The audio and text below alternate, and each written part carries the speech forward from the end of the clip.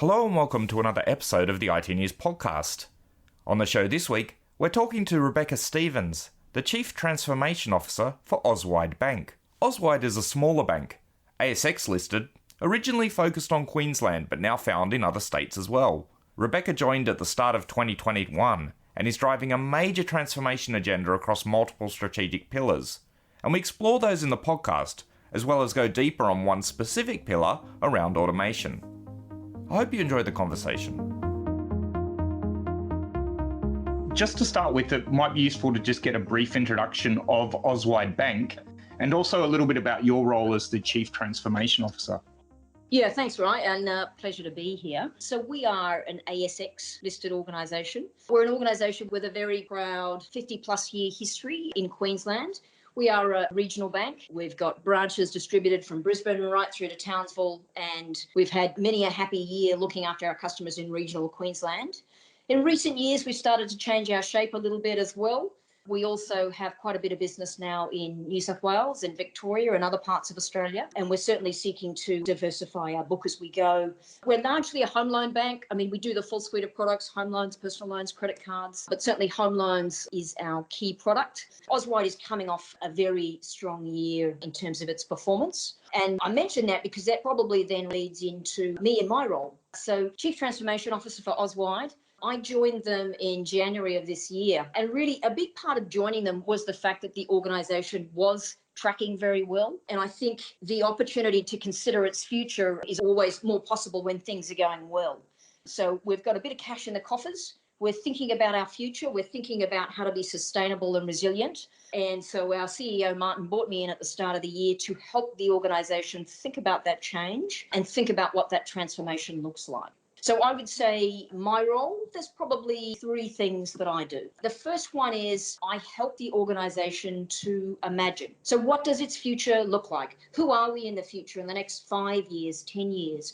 What sorts of customers are we dealing with? What's the product set that we're working with? It's really that strong sense of imagination. And it's always easier to imagine when things are going well, as opposed to when you've got your nose to the grindstone, madly trying to keep up. So imagination is the first piece, and we certainly did that in the first few months when I arrived. Once we've got that aligned vision or that aligned imagination, the second part of my role is then to help the organisation think about its planning. So if we want to bring that dream to life, what does that look like? What is the reality of the set of actions or initiatives that bring that to life? So we've been through that planning phase and worked out what that program looks like. And then the third part of my job, which is the part that I'm very much engaged in at the moment, is the doing.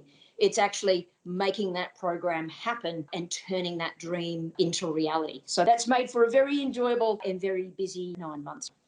In terms of the transformation, did this predate your involvement with the organisation, or are you setting about that transformation and defining those pillars and execution plans? The organisation had certainly dabbled in the past, I think, with some thinking around that, and they absolutely had some digital programs underway. I think my arrival was about giving them real clarity and being very clear on choices. And in fact, I would say a big part of what attracted me to working for Auswide is the fact that as a smaller organisation, there is just less capital available, as for all smaller organisations. So in fact, it's absolutely critical that an organisation is very targeted and specific about the strategic choices that it's making. So I think my arrival was really about helping to give them that level of specificity. There's not a lot of capital. Therefore, when we make a choice, we need to know that we're making the right choice. There's not as much room for error as if you're working in a large organisation. And that concept of being very specific and targeted was absolutely what attracted me. And that's what we're looking to do in Auswide at the moment. So just to unpack a couple of things you mentioned there around your remit. Firstly, you mentioned that your role is helping the organisation to reimagine its future. And you talked about some quite long-term horizons in terms of 5 years or 10 years. Do you want to just give maybe an overall sense of what the vision is at this point in time and how that might evolve? Because obviously it's hard to predict the future with such a long lens to a certain extent. There might need to be changes along the way. Look, absolutely. And I think the point of having the conversation is to get people comfortable with having that longer term view. But the reality is, because we live in such a dynamic world, we have to constantly revisit that and say, does that still make sense? Do I need to change anything about what I'm doing? So I would say that we're thinking about it very much in structured phases or even structured sprints, if you like, which is to say, how can we think about the next 12 to 24 months and demonstrate that when we put these actions in place, we can get outcomes, grow the credibility around our ability to execute on change, and then seek to drive bigger change as we go. So we certainly talked about a 10-year time horizon. We talked about what we would do over the next 3 years, and that's very much about aligning our digital investments to our growth accelerators. We absolutely want to grow like any small organization. Growth is key. So how do we make sure that we're directing as much investment as possible at the things we know are already working in terms of our growth? Now, the hard thing about that conversation means that there are other parts of the organization that you just can't get to because you're focused on these growth accelerators. But we know that's key for us in the first instance. And if we're successful at that, that then gets us through to the next phase where we can think about broadening out those digital investments and ultimately being able to optimize on that. So yes, we start with that longer term time frame, but we also cut it into smaller, more achievable sprints. And then we just keep coming back and checking, how are we going? How are we going? Does anything need to change? Makes sense. The other thing you mentioned was that you help the organization think about its planning and really set out some of the actions. And I think you also mentioned that a lot of the actions are very targeted as well. Do you want to just maybe give a sense of what the main sort of pillars are for the transformation? I understand we'll talk about one probably specifically in terms of automation and RPA today, but do you want to give a broader sense of what the sort of main areas of focus are? Yeah, so we settled on what we described as our digital framework, and the intent of that framework was to help make it clear about where we were directing our investments so that it didn't look like it was a kind of a scattergun across everything, because that just means that you make your investments too small. And so within that digital framework, we thought about 4 key areas of digital focus. One is absolutely helping us to drive acquisition through our partners. We've got a very strong relationship with our brokers, and we are seeking to continue to engage around that channel and improve the service offering for our brokers and our customers. So we've got a large chunk of investment that's devoted to that. We're also thinking about our customers and the importance of customer choice. So we have an older customer base, we have a regional customer base. We're talking about regional families, retirees, and many of them are used to engaging with the bank through its branch network. And we want to make sure that they can continue to engage with us in the way that they choose.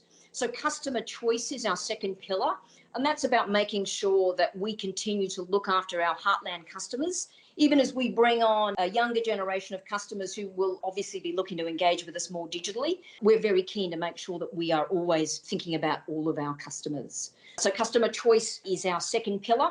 Our third pillar is automation, and I know we'll pick up on this further into the conversation, but that's absolutely where we're thinking about how we simplify our processes internally and using automation tools like robotics. And a fourth pillar, which I think is probably fairly obvious for everybody, is that concept of digital uplift. So how are we helping to improve the digital experience that we're providing to our customers, particularly as we start to bring a younger generation of customers on board? So we've got those clearly defined as our 4 digital areas, and that has to be underpinned by the foundations of making digital work well. And so, of course, we're thinking about things like data, cybersecurity, modular systems, all of those elements are part of it. And just as importantly, our digital culture, so our ways of working. So we've essentially defined our investment profile around that framework, and that is what is driving our investments at the moment. Just before we dig into automation, can you maybe just give us a sense of what do you see as the main challenge or the main challenges from a transformation perspective? Oh, that's a big question, Ryan, isn't it? I know. It's just such a hard thing to do. And it's hard to do because it requires the entire organisation to move with an aligned view of change. So getting that alignment of vision, but even then being able to successfully execute on that vision. Auswide is a smaller organisation. We're fortunate that it's probably easier for us than most to align around vision. But likewise, you've got to have the capabilities that allow you to implement well. And I think that is the piece that we're really focused on at the moment, moment is how do we provide our people with the right skills, the right ways of working, the right tools to be able to pull this off. Fundamental things like the way that we do projects. Is our project management framework working well? The way that we manage those programs, choose where to put our investments. What does that look like? So that whole underlying infrastructure of change needs to be right, as well as the vision piece. And I would say it's different for every organisation, obviously. There's not a perfect roadmap to follow, but I do think change is hard. And I think just being aware of that and constantly questioning, are we getting this right, is a big piece of allowing the organisation to move forward. Let's talk about automation, I guess. I'll go into the specific automation pillar. Maybe as a kind of pre-step to that, were you able to determine whether there was much automation, or what steps did you take to determine the level of automation that existed in the organization when you joined, and how do you plan to potentially uplift that or to progress that? There was certainly a lot of conversation around understanding our systems, the way that people work with those systems, how do we perform, just really a lot of listening, as you would expect. And I think what we discovered is a couple of things. One, Auswide is actually quite fortunate versus, say, your larger organisations in that we don't necessarily have a large, complex suite of systems, if you like. We're not dealing with 10 different mainframes. We've got one core banking system. We've got one loan origination system. But even with that, we still have the challenge of the way that the data flows between all of our systems and our vendors. And there are many points where the data doesn't flow in the way that we would like, and that immediately requires manual intervention. And I spoke to our COO, who obviously runs all of that operational support, and it became very clear pretty quickly that there were a number of manual processes that we were running where we were trying to get data from one system to another. And so he was extremely supportive of running an automation program.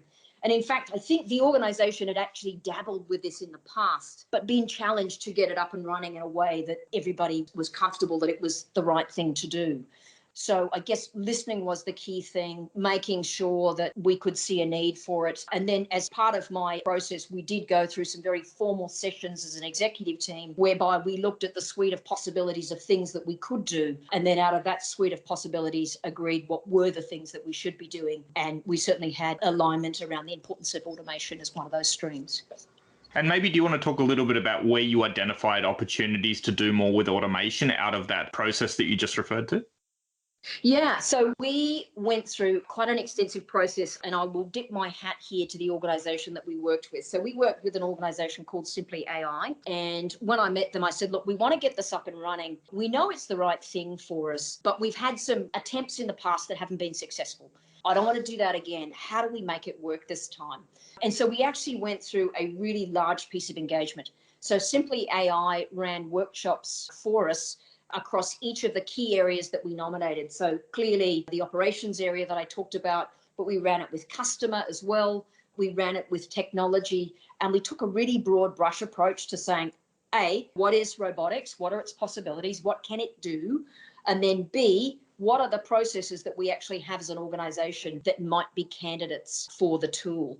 And we went through that process actually pretty quickly over the process of 1 or 2 weeks. They were 2-hour-long workshops. And by the end of that, we had this really long list of possible candidates to automate, which meant that when we then went into thinking about business cases, it was a pretty straightforward process because we had candidates from right across the organisation to consider. And how did you go about prioritizing or putting those into a pipeline of things to do? Look, I would say that prioritisation is something that we will continue to work on and continue to reflect on. But there were a couple of key drivers for us when we started.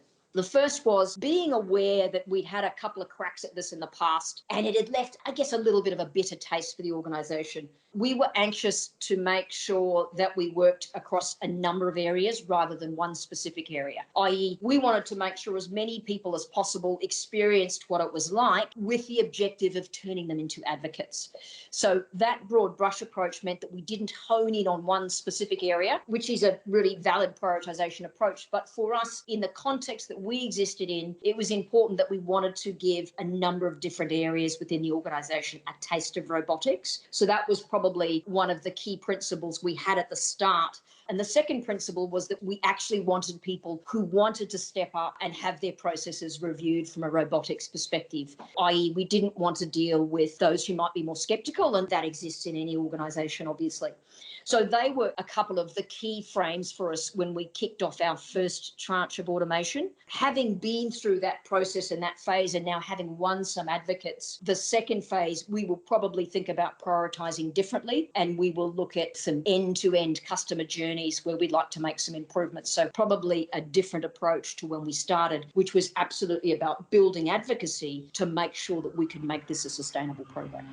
And as part of building advocacy in that process, did you revisit the areas where things had not gone as well previously and try and fix those areas? Because presumably when it was originally thought to bring automation into those places, those were deemed some sort of high priority area or ripe for that automation.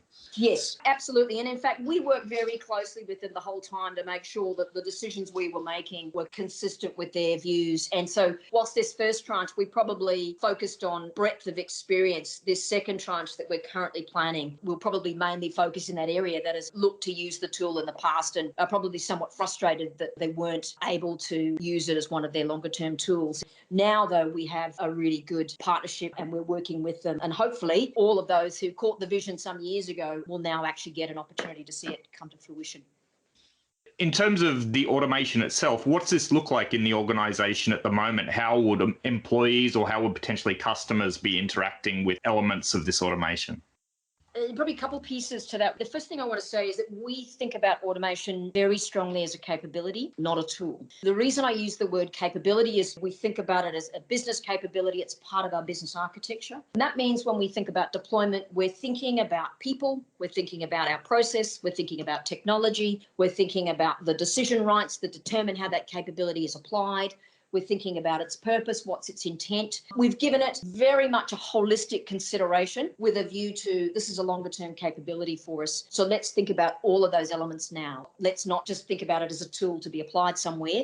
This is about a capability. So that was really key in our thinking in designing the operating model that we have in place and the way that we deploy. And to give you an example of how we have deployed it, one of the areas where we know that robotics can make a big difference is actually customer experience. So our ability to meet customers' needs faster. And the very first process that we roboticized is our customers can come on to our online website, and if they'd like to talk to somebody about a product but don't have time at that moment, they can leave their details on the website. And what would happen traditionally is that information would then pass through to our customer operations team, who would then arrange to have that customer's details provided to the appropriate person in the organization to make a call.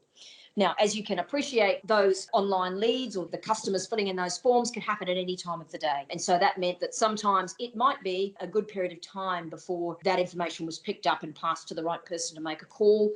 Of course, with robotics, things happen very, very quickly. We were able to roboticize that process to the point of getting the lead to the person who needs to make the call, and it takes all of 6 seconds. The beautiful thing about that is instead of a customer potentially having to wait a day for a call, is 6 seconds after they've filled in that form, the right person now has that information to make the call. So that's been a really powerful example for us of the impact it can have on customer experience, even before you worry about things like efficiency.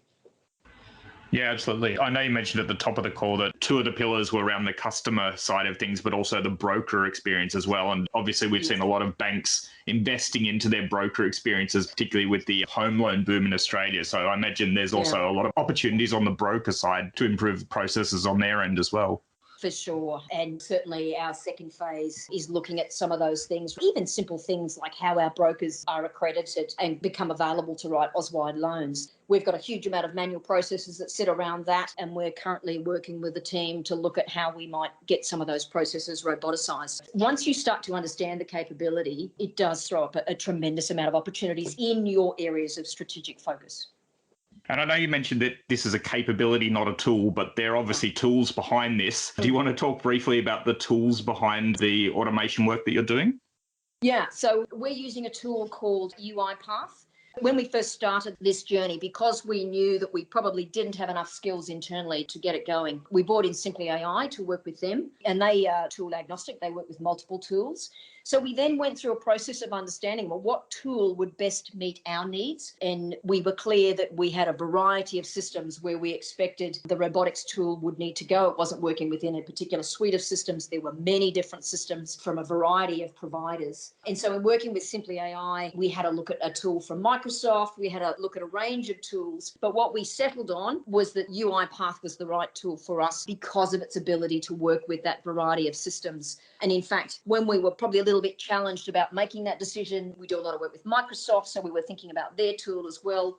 One of the great things that Simply AI set up for us was some conversations with other customers who use those tools, who were then able to give us a very honest account of this tool works really well in this setting, this tool works really well in this setting. And so I feel confident that we've selected a tool that's right for our context. I think all the tools are great. It's more about understanding which tool fits your context. Maybe just as a final question, I just wondered what excites you about sort of the next 12 months. Obviously, you've mentioned a lot of things. You've got 4 different pillars running. You've got the second tranche of automation in planning. But just broadly, what is getting you excited about the next 12 months? Let me just say this. It's one thing to talk a good game.